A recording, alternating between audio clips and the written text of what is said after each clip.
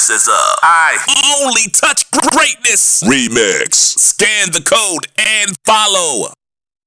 Check this out, man. My name is Richie Rich, man. I'm from the Bay Area, man, specifically from deep East Oakland. You know what I'm talking about?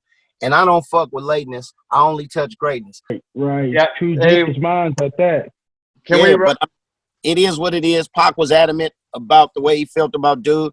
I didn't really see that coming from Big. It seemed like Big was more on the possibly could have tried to squash it shit. You know what I mean?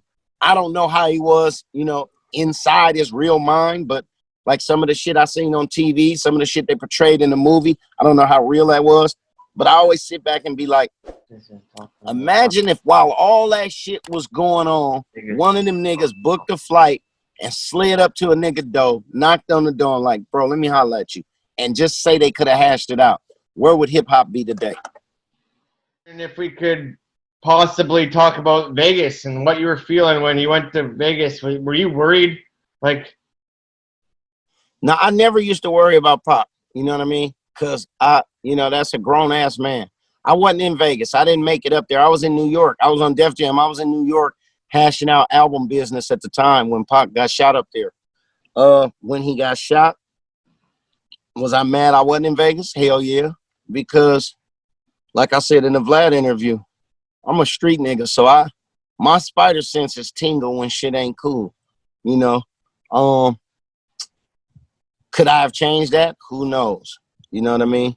But just to hear, see, like I tell you, Pac was my little homie, so he like little bro, And when I see my little brother moving around and fucking with it, and I'm happy for him. But I'm also like, bro, I see him moving mean and fast. I'm like, bro, in my mind, I'm like, damn, maybe you might. But I gotta let that man move the way he moved. Niggas, he's a grown man.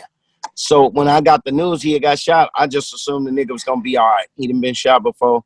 I was just like, nigga ain't gonna die. You know what I mean? So I didn't fly to Vegas. I stayed in New York.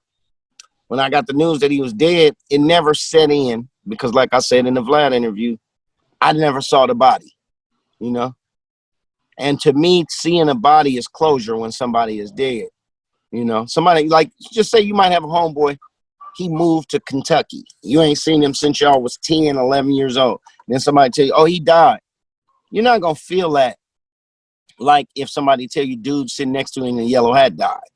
You'd be like, damn, I just did an interview with Richie Rich. That's the last time I seen him. You're going to feel that more. And then if they tell you, oh, well, we cremated him, or you never get to see the body, for me, it just still never set in, But I know he's dead, but it just never really sat in. It just never really, it's weird, man. It's weird. I got a lot of shit around. I don't know if I got a tattoo of this nigga on my arm that I put on here. I don't know if you can see it because the lighting is shitty, but that's Pac right there. Okay.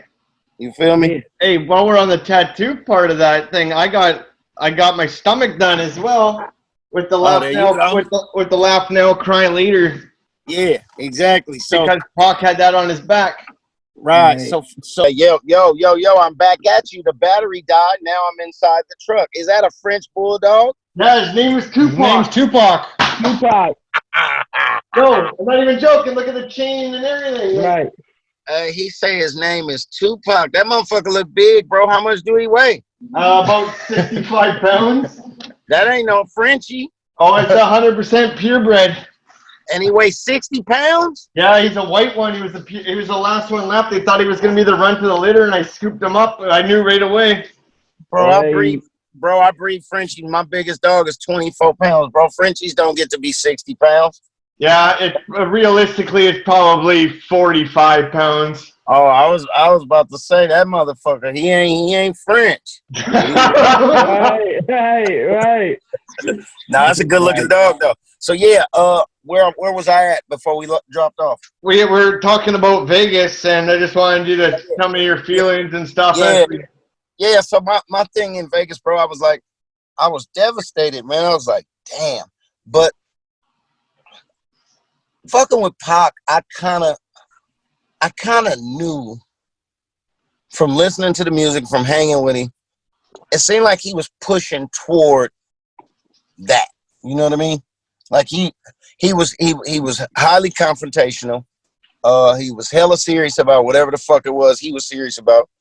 And I was like, God damn, man. When they told me he died, I thought it was some bullshit, you know what I mean? So I talked to his mom and she was crying, and that's when I knew it was real.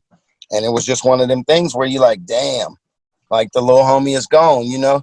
And a lot of people say, look, the West Coast died with Pac, you know? And I don't feel like the West Coast died with Pac, but our music push, that took a lot out of us, though. That took a lot out of us, you know? Yeah. Yeah. I looked at it, man, as like, I think the West always wins because, like, if you ever see, like, every year, it's always a West Coast legend or a West Coast up-and-comer coming out hard. And they always never doubt, you know? So, and that was another thing, too. I wanted to say this, too. What do you think about the Meg Thee Stallion with the BITCH, the way she did, I'd rather be your nigga, you know what I'm saying? Meg, you should have called me and put me on that motherfucker. And I'm glad you asked me about Meg Thee Stallion, because this is what I think about Meg Thee Stallion. Meg is dope as fuck. She thick as fuck. And it just goes to show that it ain't no real niggas rapping, because it ain't no way a woman gonna talk all that shit that she be talking without a nigga jumping out there trying to say something.